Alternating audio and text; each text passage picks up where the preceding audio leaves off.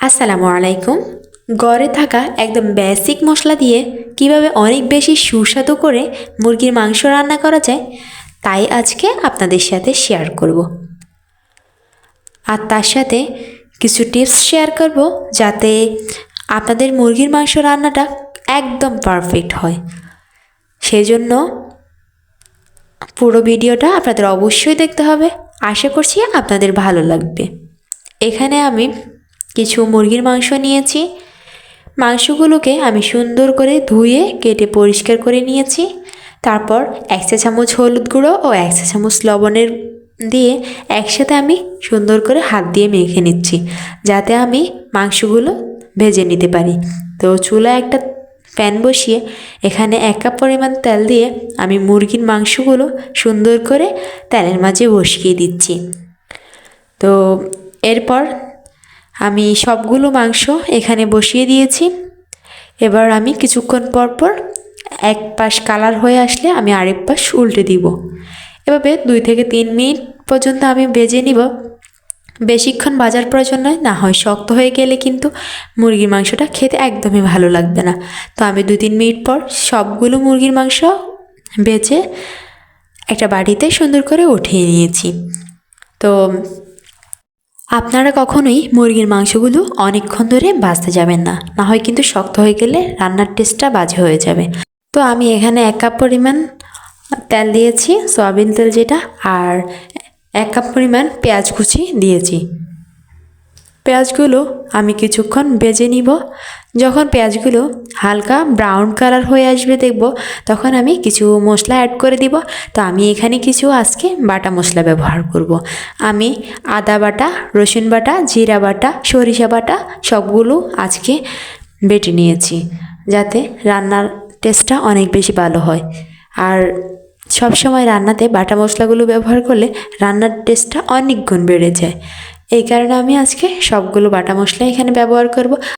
তো আমি এখানে চুলায় 2টা তেজপাতা, 2টা দারচিনি, 2টা এলাচ পেঁয়াজের মাঝখানে দিয়ে দিব।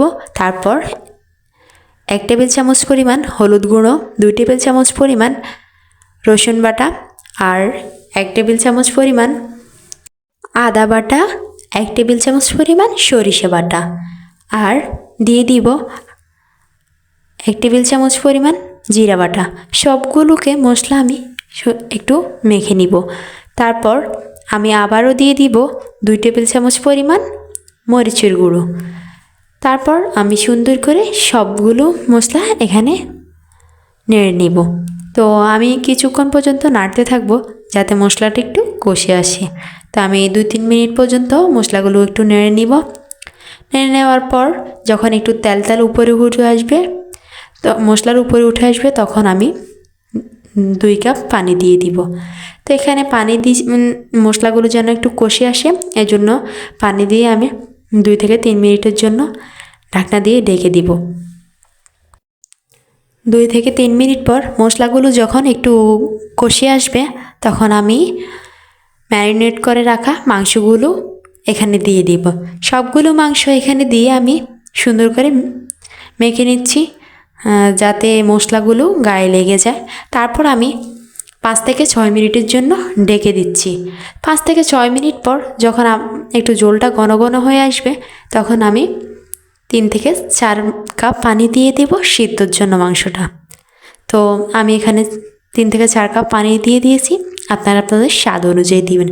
যারা যত বেশি ঝোল খাবেন সে অনুযায়ী আপনারা মাংসর পানিটা দিবেন। তো আমি এখানে আবার 10 থেকে 15 মিনিটের জন্য রেখে দিয়েছি। তো 10 থেকে 15 মিনিট এভাবে যখন একটু ঘন হয়ে আসবে, তখন আমি ফিরে আসছি। দেখুন আমার রান্নাটা প্রায় শেষের দিকে।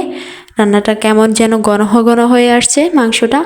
তো এখন আমি একটু গরম মশলা অ্যাড করে আমি চুলা থেকে নামিয়ে নিব। তো নামিয়ে আমি সুন্দর করে একটা বাটিতে পরিবেশনের জন্য তুলে নিয়েছি।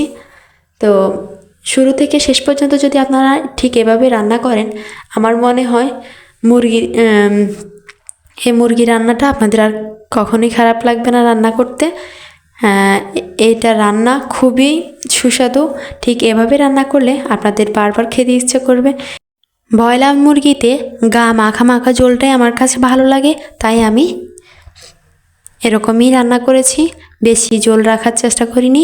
তো আপনারা ঠিক এভাবে রান্না করবেন, অবশ্যই জানাবেন আপনাদের কেমন হয়েছে। আমার এখানে রান্নার টেস্টটা অনেক বেশি ভালো হয়েছে। তো দেখা হবে পরবর্তী ভিডিওতে। ভালো থাকবেন, সুস্থ থাকবেন, আল্লাহ হাফেজ।